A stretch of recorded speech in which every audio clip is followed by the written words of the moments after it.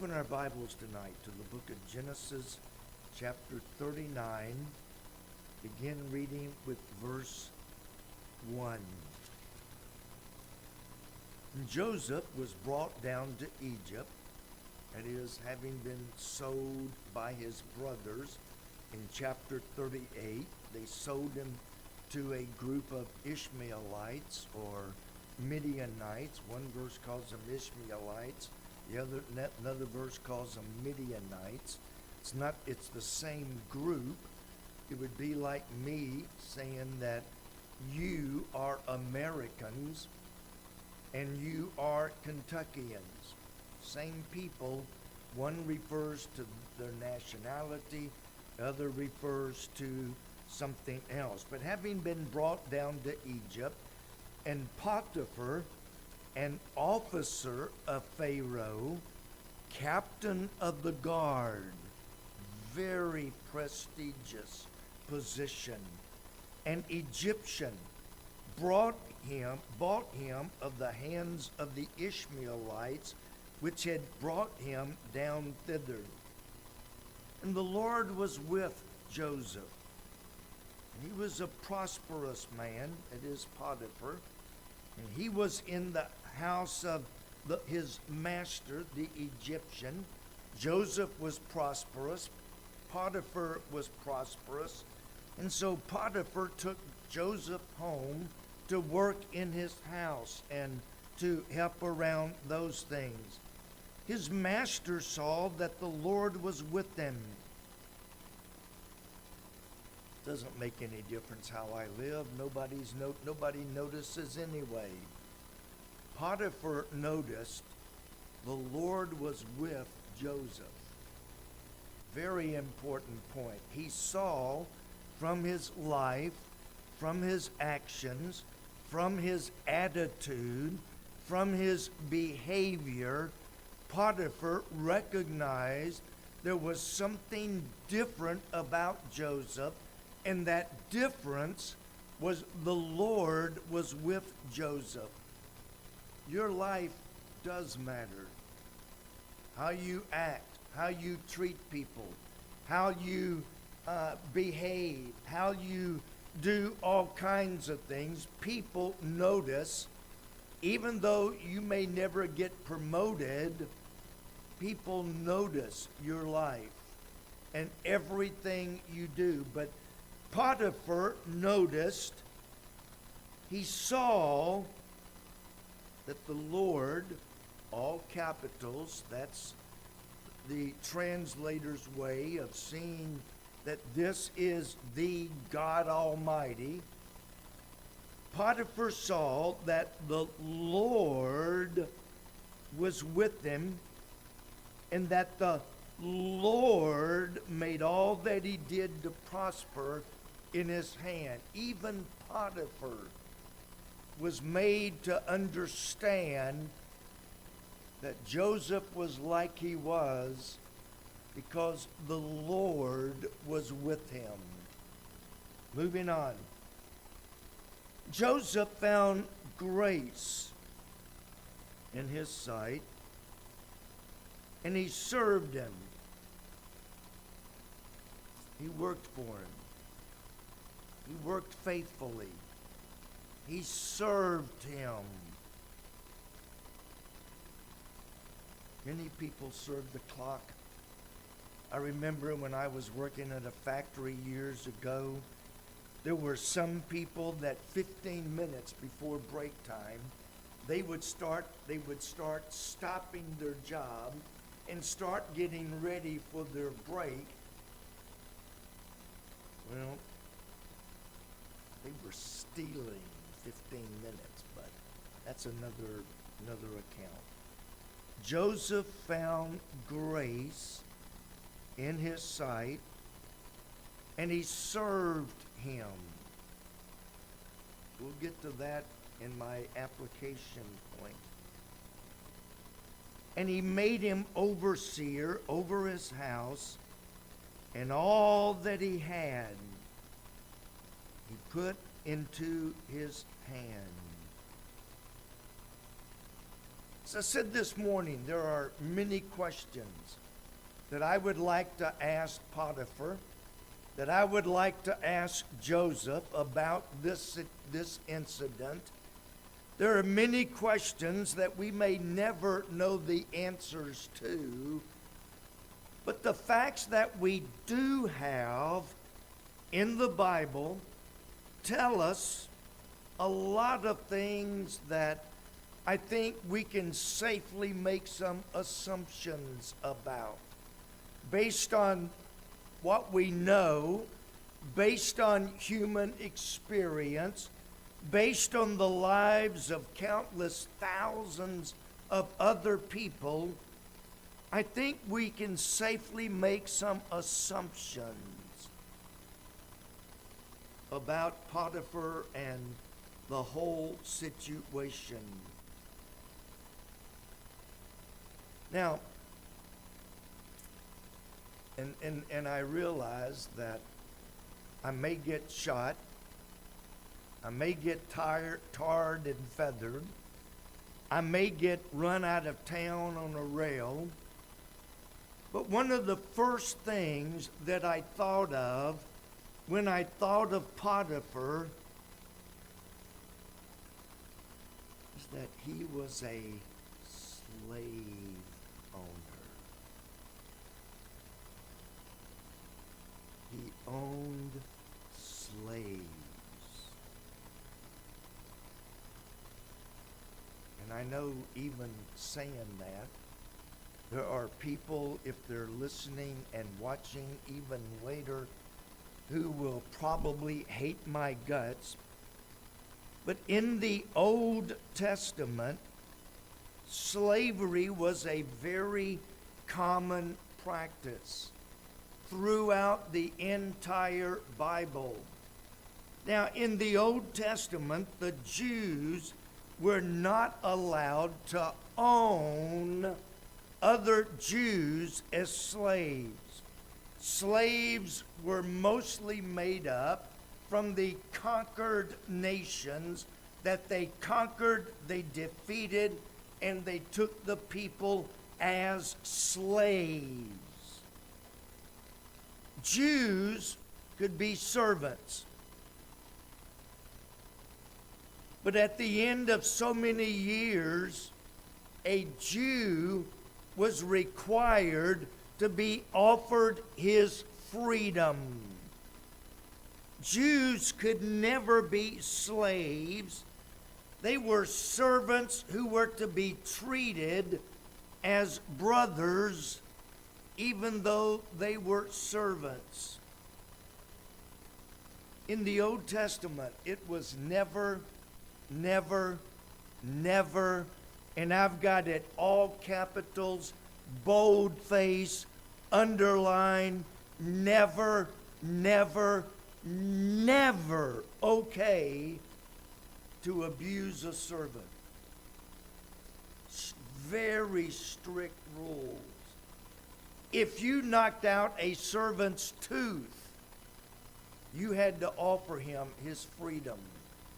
If you were the cause of a servant losing an eye, you had to offer him his freedom. They didn't, and well, I'm getting ahead of myself. In the Bible, it is never okay, never all right to abuse a slave in any shape, form, or fashion. They were to be treated as people, as hired hands. In the New Testament, Philemon is one of the best known slave owners in the New Testament. If you recall the book of Philemon, how many of you have read the book of Philemon? Oh, good. Everybody. If you read the book of Philemon, he had a slave by the name of Onesimus. Onesimus had run away from Philemon, and in running away, he had stolen something from Philemon.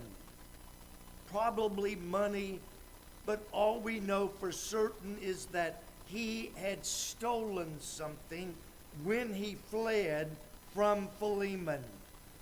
Onesimus went to Rome. In Rome, he met the Apostle Paul. The Apostle Paul witnessed to him. God saved him. And once God saved him, Paul sent him back to Philemon with the letter of Philemon, asking Philemon to forgive him. And he said, whatever he stole, put it on my account. I will pay you back everything, every penny that he stole. Now, Philemon, I have a request. He's your slave. I respect that. God saved him while he was in Rome. He was a tremendous help to me in Rome. Now, Philemon, I'm asking you as a friend, give him his freedom, send him back to Rome so that he can continue to be a blessing unto me. In the other letters that Paul wrote, you know, we're all familiar with Ephesians. Husbands, love your wives more than football. No, that's not what he said. Husbands, love your wives and only beat them once a week. That's not what he said. Husbands, love your wives, even as Christ also loved the church and gave himself for it. Children, obey your parents in the Lord, for this is good and right. Most people stop with husband, wife, kids. But in those verses, most of those verses, Paul goes on below the kids and said, servants, obey your masters. Masters, treat your servants with honor and respect. In fact, Paul had a lot to say about how servants were to work for their master and how their master was to give them, a fair wage and a fair life, and how they were to treat their slaves. And you won't find anywhere in Paul's writings that he ever condoned mistreating anyone. Husbands, you don't mistreat your wife. Wife, you don't mistreat your husband. Children, you don't mistreat your parents. Masters, you do not mistreat your servants. Servants, you serve them as unto the Lord, which I'll read to you later on. Now, then we come down to slavery in our history. And this is where most people, when they think of slavery, it's not in biblical terms, it's in historical terms.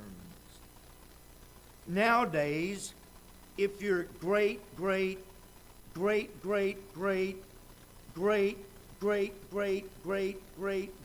granddaddy owned slaves, you should be tarred and feathered because your great-grandfather 200 years ago owned slaves. You are a slave owner. You're a descendant. You should be tarred and feathered because your great ancestry own slave. I'm not responsible for what my great 16 greats grandfather did. I don't even know what he did. I know that my grandmother was half Apache. My grandfather married a Cherokee. I always tell people I'm a savage either side of my family you go on. I'm Cherokee on one side, and Grandma was half Apache, Mom was a quarter. That would make me 1/8 Apache. You know what? Who cares? I don't really care.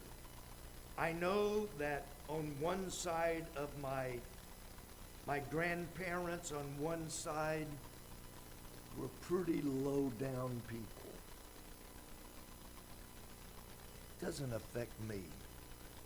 What my great-great-grand or my granddad, it would be my granddad, what my granddad did has no bearing on what I do whatsoever. But what really most people think of is slavery in America. And I'm going to just very briefly touch on that, give you my opinion so there's no doubt. Most slave owners in America forsook the Bible. Bible was very clear. You treat a slave like a brother almost. You take care of them. You provide for them. You provide food. You provide shelter. You provide a decent living. And you protect them and guard them as much as you would anyone else. But you don't have to read a whole lot of history to understand they forsook the Bible. They started abusing physically and even sexually. They considered slaves, and all of this is anti-Bible. They considered them as little more than owning a pair of shoes or a pair of coveralls. They were nothing but property.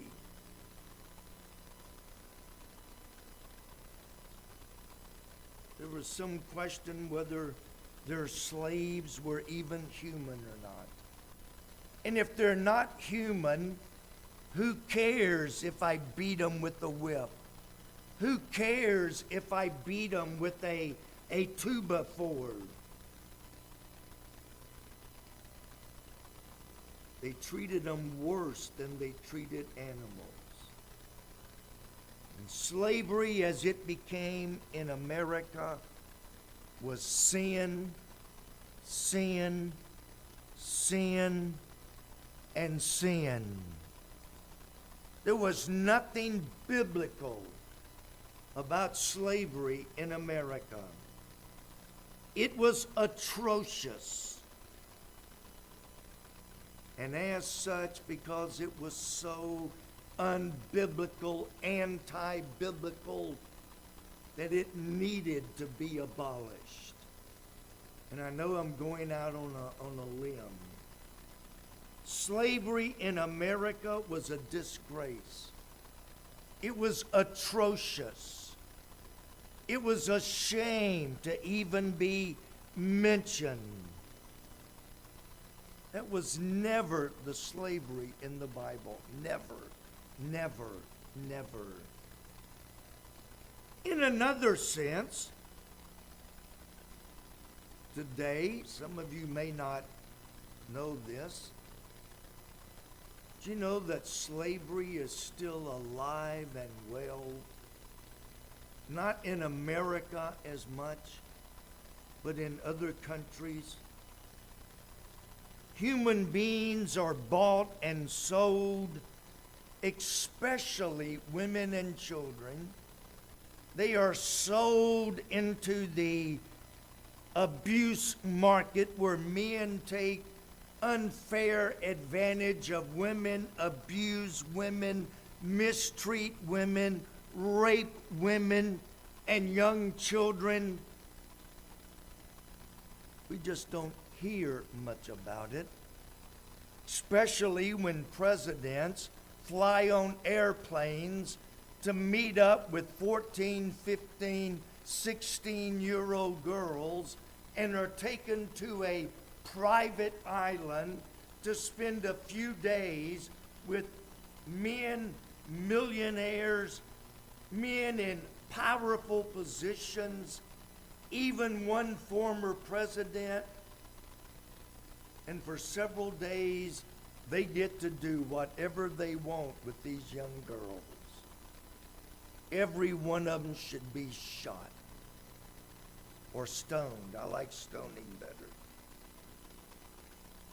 Slavery is still a big, big market today.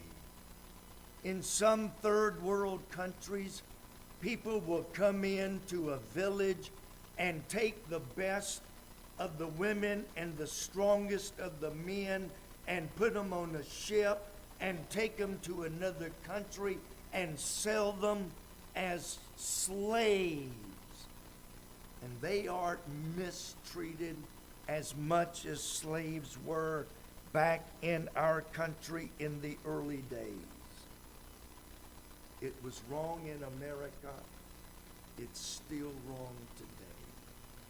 Selling women and young girls is a multi-billion-dollar industry. But in a lighter sense, if you work for somebody, in one sense of the word, you're their servant. I'm not a servant. Your boss tells you be at work at 7 o'clock. What time do you get to work? 8, 8:30, 9 o'clock. Is that how it was when... Do what? Okay. But when you said work starts at 7 o'clock, you meant 7 o'clock. So in other words, you controlled their lives. I need Joe, I need you to go over to Erlanger, and I need you to put up a fence. What did Joe do? He went to Erlanger. So in other words, you controlled him. If you work for somebody, you work for them. If you don't like it, you're free to be fired or to quit, whichever. But you work for your boss. When I was working through a temp agency, I think they picked every hot, dirty, filthy, physically exhausting job they could find to give to me to show up for. But they would tell me, we need you to be in Hopkinsville, we need you to be at this factory, and we need you to do this at the factory. I got the dirtiest jobs in that entire factory. But you know what? I did it. I'd come out the grinding room. If you don't know what the grinding room is, it's where they grind up all the mistakes.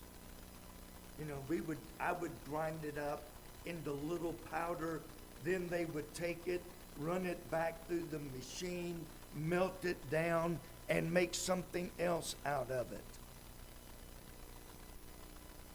That was the hottest job. It was in a little bitty room with no windows, this great big machine grinding, grinding, grinding, no air conditioning, no windows, and all of that dust and dirt flying back on you.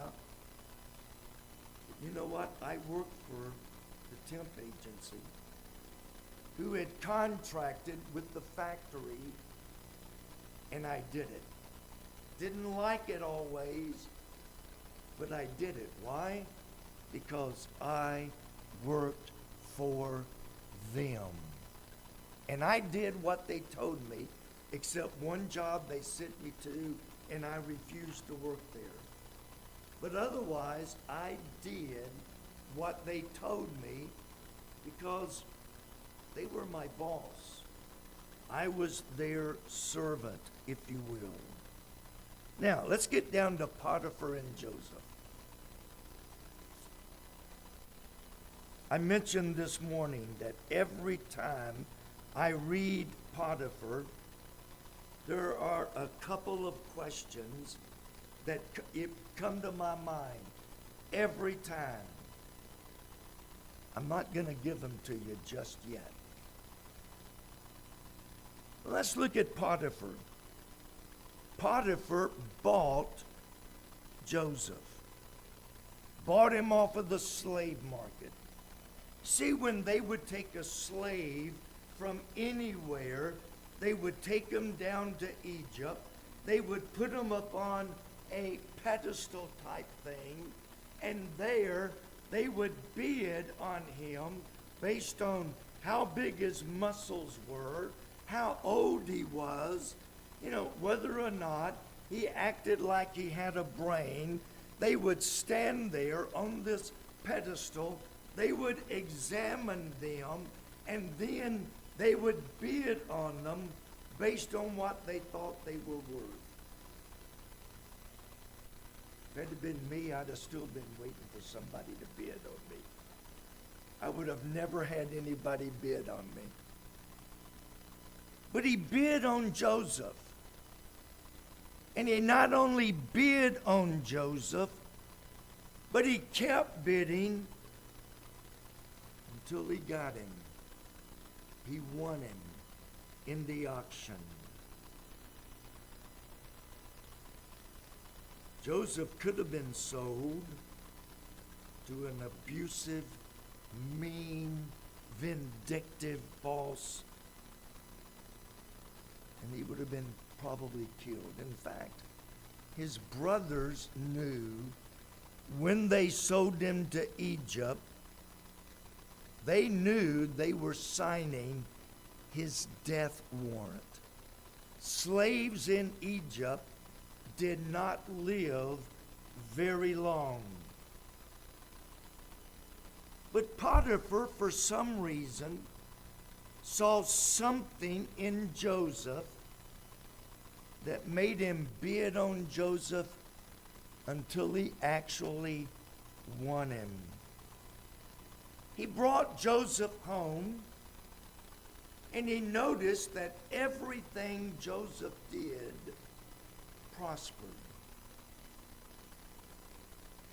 Not only what Joseph did, but what Joseph did on behalf of Potiphar prospered. And so Potiphar said, I'm going to promote this guy. And he was promoted. We don't know how many times or how long, but he was promoted because he was trustworthy. He was dependable. And so eventually Potiphar promoted him to where he was over everything that Potiphar owned. Joseph, I put you in charge of everything. Because he had already seen. Potiphar saw that the Lord was with him.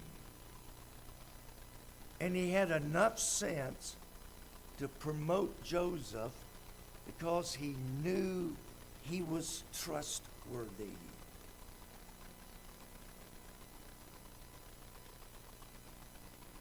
He treated Joseph very well. Until one day, Potiphar's wife falsely accused Joseph of an attempted assault. We know she lied. We know she lied. We know that Joseph was completely innocent of all charges. And I put in my notes, you cannot help what people lie about you. I had a man years ago was telling me that he was being accused of something, and he said, "What do I do?" And I said, "You cannot stop people from lying about you." I said, "You can't. But you can live so that anybody that knows you won't believe the lies." Potiphar's wife lies on him. She falsely accused him. And when Potiphar came home, she said, "This is what that Hebrew tried to do with me."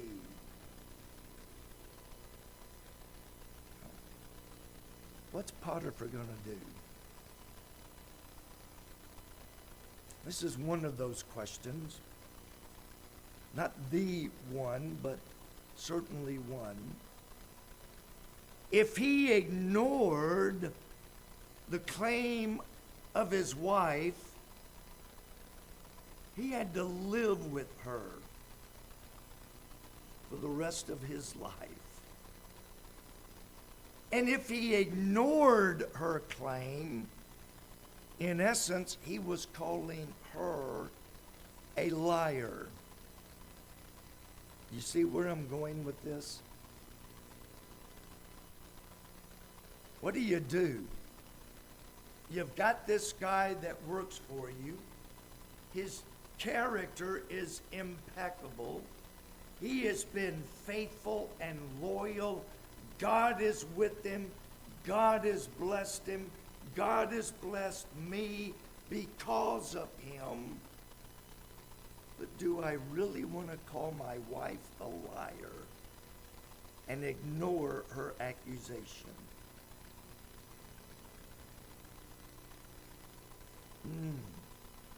Tough situation, isn't it? If I ignore her, I'll have to live in total misery for the rest of my life. And every husband here knows exactly what I'm talking about. Even if you don't nod your head, you know what I'm talking about. A wife can be the most wonderful thing on earth. Who can find a virtuous woman? Her price is far above rubies. But it's better to dwell in the corner of a roof than to dwell in the house with a contentious woman. Solomon said that over and over, and he ought to know. He certainly had enough experience. If he believed her claim, he believed that Joseph really did try to molest her. The penalty was death, not prison. You did not just simply put somebody in prison that tried to molest your wife. It was very clear you were to die. But he didn't kill Joseph. Which brings back the question, do you think maybe he struggled with the accusation?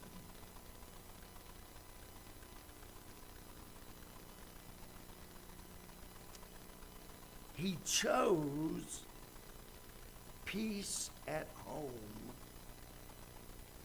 over doing what he may have deep down inside believed to be truth. If he really believed his wife, he would have had Joseph killed. But there was some reason he didn't. Put him in prison, but he did not kill him, which would have been true had he really believed his wife. So he's conflicted. I can't ignore my wife, not and live at home from now on. But on the other hand, I can't kill a man that deep down I have reasonable doubt that he's guilty or not. Now, before you condemn Potiphar for what he might have known, please, I'm going to close my eyes because I don't want to see or get any feedback. How many men have given in to their wife just simply in order to keep peace? Oh, I don't know of any man like that. Hello? What was it? We used to have a saying growing up. Liar, liar, pants on fire. Some of y'all heard that one. How many men have chosen peace at home rather than stand for what deep down they probably know to be true? But if they stood on truth, Solomon nailed it. It's better to dwell in the corner of the roof, up in the attic, over in the corner, than to live with a contentious woman. Solomon understood. Sometimes, in fact, it was giving in to his wives that eventually brought down Solomon. The Bible said his many wives turned his heart away from God. Who was it that turned Adam and convinced Adam to eat the forbidden fruit? Satan had already disappeared. Satan appealed to Eve, and when Eve ate, Satan disappeared and left Adam with Eve. The Bible said that Adam chose to eat because of Eve, his wife. How was it Samson lost his strength? It was through the constant, consistent, sort of say nagging, but I better not use that word. It was through Delilah constantly working on him that Delilah finally wore Samson down. And he told the secret to his strength. He cut his hair, he became just like any other man. Now, here's my questions. And I don't, there is no answer. So I guess I'll be left with these questions until I get to heaven, and then I won't care.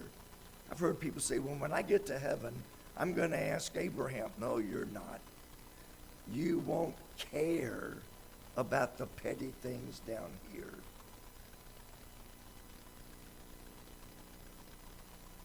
How did Potiphar feel when the man he put in prison is now his boss? Every time I read Potiphar, that question goes through my brain every time. You ever wonder if he thought, I think I made a mistake? He was captain of the guard, which means he had direct access to the king's quarters.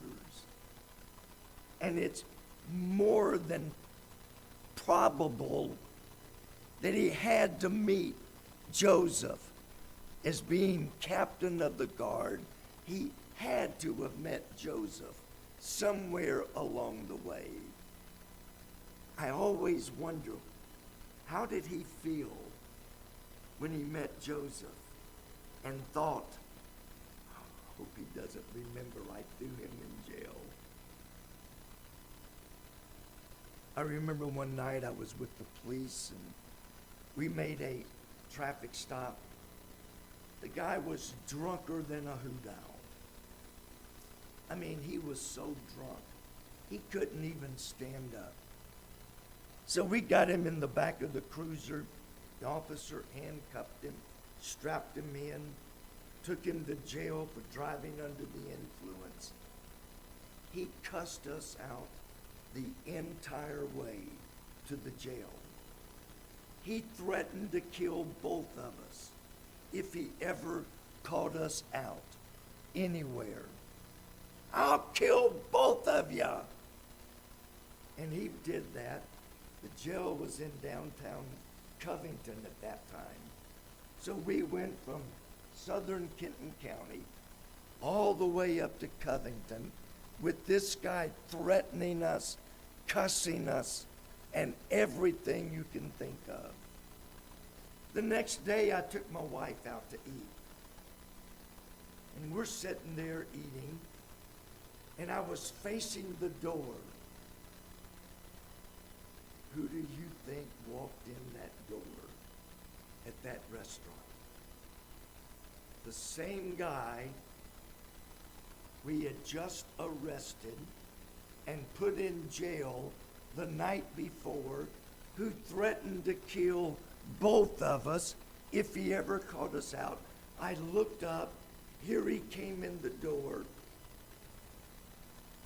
and I was sitting at the table. My wife can vouch for this. I immediately started shrinking down.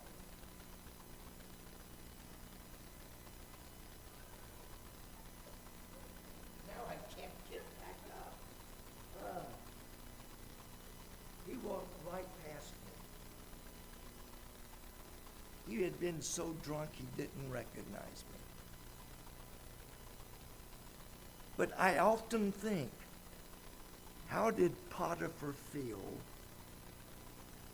when Joseph became his boss?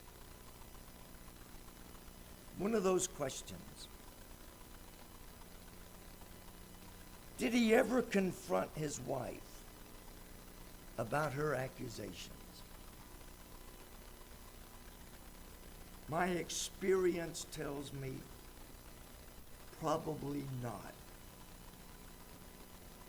Who wants to stir up a hornet's nest if you don't have to?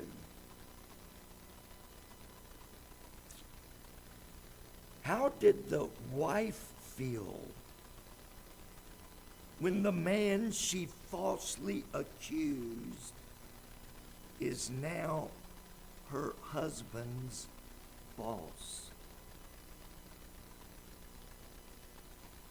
Those are just questions that.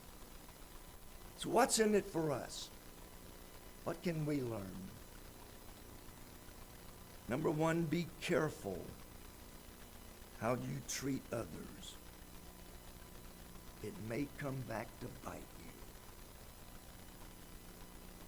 Potiphar's wife falsely accused him. And now her husband works for the man she falsely accused. Number two, be careful. Follow the truth,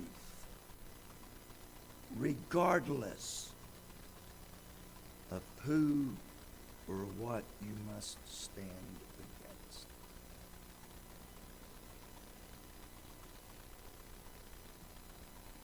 Joseph spent many years in prison because Potiphar didn't kill him, but in my opinion, Potiphar chose peace over truth. And Joseph paid a dear, dear price. Number three, the person you mistreat now may end up being your boss down the road. Number four, whether you're a servant or a boss, treat others according to biblical directions. Paul wrote in Colossians 3:23, whatsoever ye do. Now he's writing about servants. Whatsoever ye do, do it heartily as unto the Lord. To masters, Paul wrote, and ye masters, do the same things unto them, forbearing threatenings.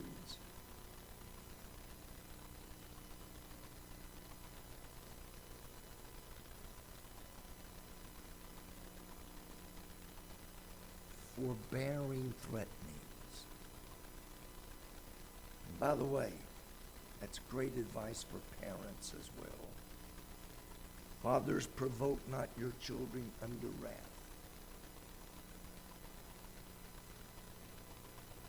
Forbearing threatening, knowing that your master is in heaven, neither is there respect of persons with him.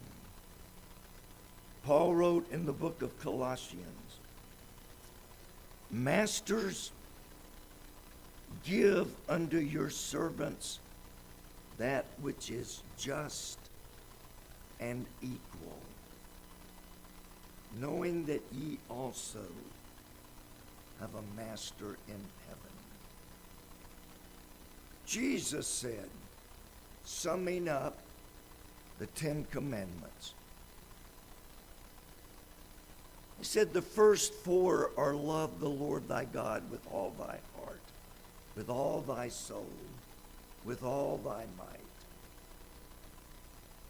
And the last 6, that we are to love our neighbor as ourselves. If we did that, we would never have to worry about abuse. Bosses would treat their employees with respect, with dignity, and employees would work for their boss because in reality, you're not working for Mr. Smith. In reality, you're working for God. You just happen to be in the position of working for Mr. Smith. But you're actually working for God. That means if your boss is if your boss is watching, or if your boss is out of town, you work as unto the Lord.